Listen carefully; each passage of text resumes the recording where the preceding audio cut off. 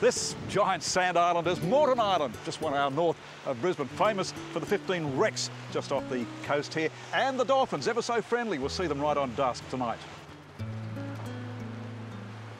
Moreton Island is one of the world's largest sand islands and a nature lover's paradise.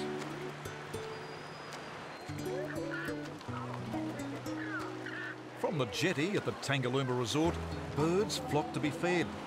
Pelicans and cormorants, all assembling for the daily feed. Star attraction is the whistling kite that flies in to snatch a small fish from the feeder's outstretched hand.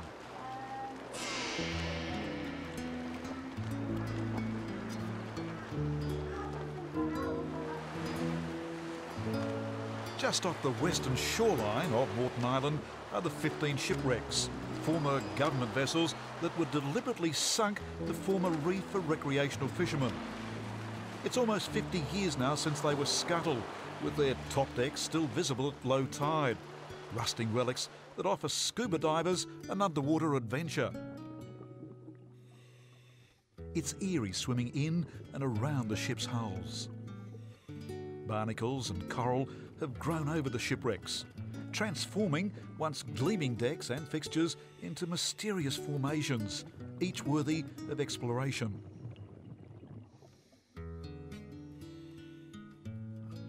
Swimming through the metal hulks is a real buzz. And the good news for the sports fishermen is that many fish species have made this their home. Above water, other waterborne activities on offer include kayaking and parasailing. From the back of a purpose-built powerboat, I strap on a harness and allow the wind to lift my chute 30 metres above the water. As if the wind hasn't cooled me down, the skipper offers a final thrill, a dunking to cap off the experience. With so much sand and monster sand dunes in its centre, Moreton Island is a mecca for sandboarders. They're brought to the biggest dunes by the busload, and armed with a small strip of thin board, they'll clamber to the top to begin their adventure.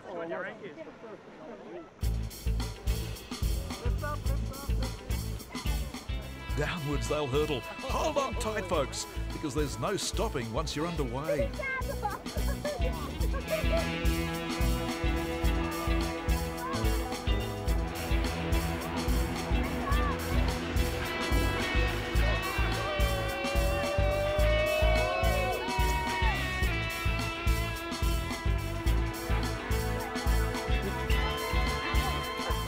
The more experienced sandboarders can do it on their backs.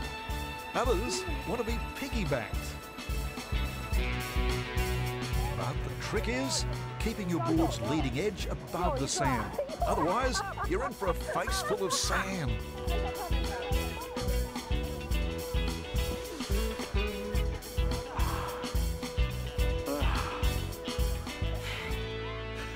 We've left the best for last at Moreton Island. The dolphins are the star attraction here. And that afternoon, we cruise out to take a closer look. Dolphins are plenty.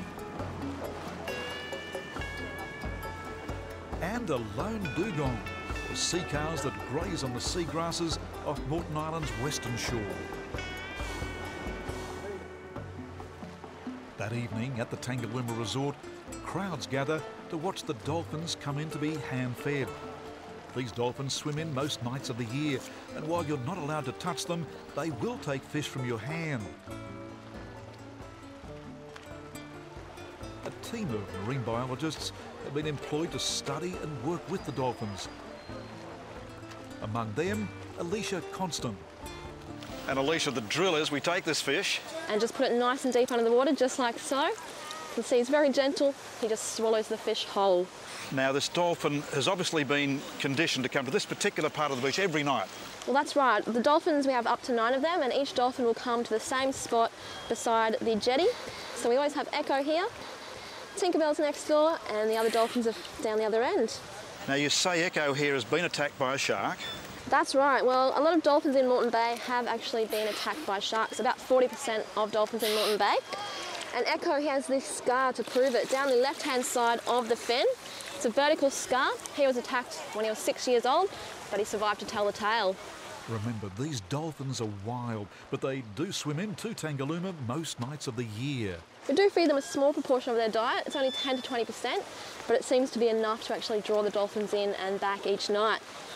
So a lot of it has to do probably with also the interaction that they have with the people here, and they seem to enjoy it. And Echo, he's quite an inquisitive dolphin, as you can see. He doesn't mind the attention at all. There's no touching of the dolphins permitted here at Tangalooma. It is actually illegal to touch a wild bottlenose dolphin or any dolphin in the wild. That's because we do need to keep them wild in order for them to be able to cope and to maintain those natural instincts. It's very important. Preserving those natural instincts means that some of these dolphins have lived up to 50 years, even though their average lifespan is usually only 35 years. Travelers!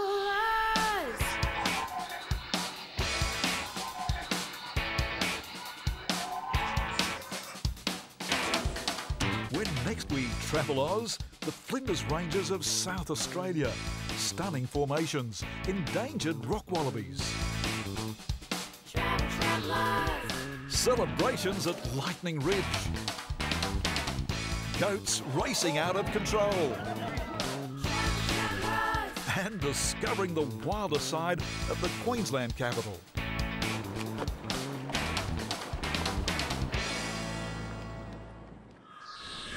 And that is Travel Oz for this week. I'm Grainger. Happy travels.